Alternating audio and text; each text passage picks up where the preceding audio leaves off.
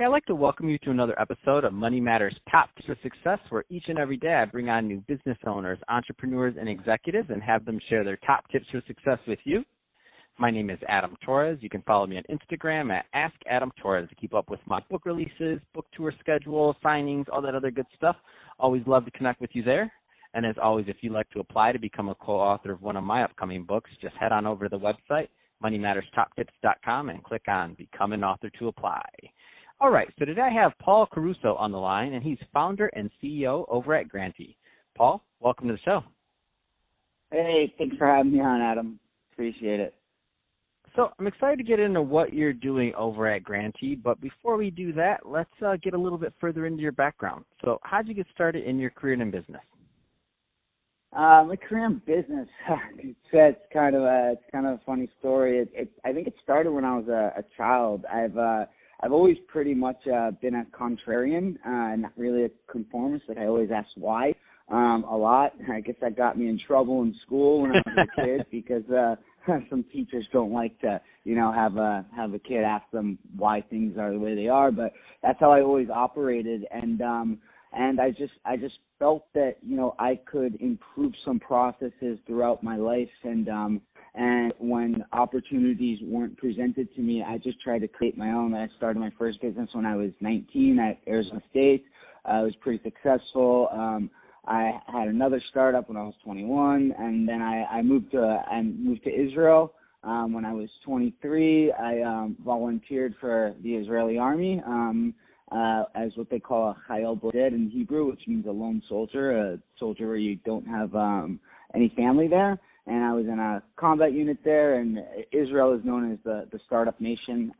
They're pretty much number 2 next to Silicon Valley. They have more companies listed on the NASDAQ than all of Europe, Canada, and Japan combined.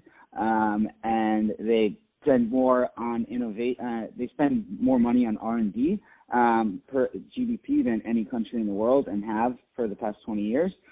So that was a huge interest of mine. I started a couple companies there, a chain of laundromats, another startup while in the Army, which is pretty cool. And then I came back to LA, and I just decided to get into social entrepreneurship, and that's kind of my story in business. I only worked for one company in my life, and I became the first entrepreneur there, a company called SciSense, and a really, really good data analytics company out of Tel Aviv in New York. That's pretty much it. Just man, what a great story! I love it. What a great story! It's an entrepreneur's entrepreneur. So you knew as a kid, I was never the ask why kid. I always wish I was. I was like, why's he asking that question? Can we just go on? I was always just let's just go, whatever. Let's just go. No, I always wish I was the why kid, though. I had that curiosity. And that being said, so you're obviously many businesses, many different experiences, well traveled. There's some entrepreneurs out there, or would-be entrepreneurs maybe, that are just getting started, that are on that first business right now, and they're listening to this right now. What kind of advice would you give them, obviously having the benefit of, hindsight now and all these experiences you've had in your life? Oh, 100%. Well, I think the number one trait any entrepreneur needs to have is fearlessness. They cannot be afraid to fail. That's something, look, failure is inevitable. Nobody's perfect. But if you're afraid to start something because you may fail, then you have 100% chance of failure. And failing is knowledge. Failing can be some of the best knowledge. It can be a pivot in a company. There's 3 things.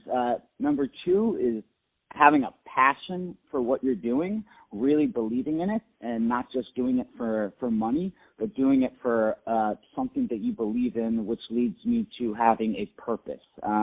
Having a purpose and an end goal. Look, in business, if you're successful, you're going to make money. But if you only focus on money, I don't believe that you can really achieve long-term success, because, success is something that needs to be sustained and needs to scale and needs to be innovated as the world is always changing. So, those are the 3 things: fearlessness, passion, and purpose. I love it. I love it. Yeah. So, Paul, I want to switch it up a bit. Let's get into what you're doing over at Grantey. So first, tell us a little bit more about the company, please. So the company, I invented a pretty novel method of using advanced AI, which is natural language processing, natural language understanding, machine learning, and machine translation, along with a ton of research. When I saw how ridiculous the grant writing process is for scientists, clinicians, and other clinical researchers in America for biomedical research. Biomedical research is finding cures to cancer, developing solutions that can help in operating rooms. It's many different things, finding vaccines. And the process in America right now takes clinicians, and these are, the people that are, have the skills and education to change the world. It's normally taking them anywhere from 500 working hours up to 1,500 working hours to get an R1, which is the highest level, NIH, National Institute of Health, or National Science Foundation, Department of Energy grant. It's absolutely ridiculous process that it has anti-innovation. So I pretty much spent many months kind of decoding the process through some data mining, and I came up with my solution. And my company is able to work directly with the clinicians, and we write 100+ page perfect R01 grants for multi-million-dollar research grants, biomedical research in about 5 to 6 hours, and it works. I already have. Wow. I already have some of the top medical schools in the country, and hospital systems in the country as customers, and already expanding. So yeah, it works. But the main thing is it's my purpose is to help cure cancer and Alzheimer's, and just help the people that have the knowledge and skills do their work better. Wow, that is amazing. And and when you think about it, like, this is, because obviously it takes money for research, all these other things, being with all the startups that you work with, also your experiences being around startups, like, it takes money. And when you think about the healthcare space and these proposals and these other things that need to be done, if you can't help the people that deserve to get the money because they don't have the skill or the time to get to it, because they specialize in what they're doing, then it becomes, there's that bottleneck in the process, if you will. And what you're doing really is just removing that entire bottleneck. You're allowing the right people to get their things through faster. And the opportunity cost there, you're doing in 5 hours what takes them how long, did you say? Anywhere between 500 to 1,500 working hours. So think about 30% of their entire year is spent just behind a computer writing with writer's block. It's crazy. It's the most ridiculous system, but it's happened for decades. And well, unfortunately, I just figured it out pretty quickly, and it works, and it's really helping. Like, I've already helped a huge hospital system develop a VR solution that is going to train all their current doctors and clinicians and surgeons in crisis management and in operating rooms and emergency rooms. So that in itself will save lives down the road. Wow, that is absolutely amazing. I love to hear it. I love to see how you're contributing and how you're giving back, and also how you have a great business model, and you're really solving a problem that's out there with a great solution. So that being said, Paul, if somebody's listening to this right now, there's a lot of people in healthcare and life sciences that are listening to this, and they want more information on Grantey and what you do. What's the best way for them to learn more? I would just have them reach out to me via email, especially if they're in the healthcare space, if they're in the research space.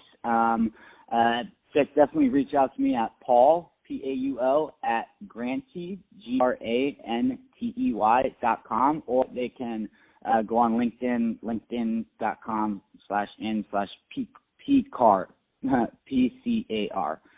They can hit me up on LinkedIn, or just preferably by email. That would be best. Awesome. Well, hey, Paul, really appreciate you coming on the show today and sharing more about your background and all the great work you're doing over at Grantey to help your clients. And to the audience, as always, thank you for tuning in. Hope you got a lot of value out of this. If you did, don't forget to subscribe to the podcast, leave me a review on the Apple iTunes Store, do all those great things we do to support our podcasters. I really do appreciate it. And Paul, thanks again for coming on the show. Yeah, thanks again, and thanks again for your work for helping entrepreneurs. I appreciate it.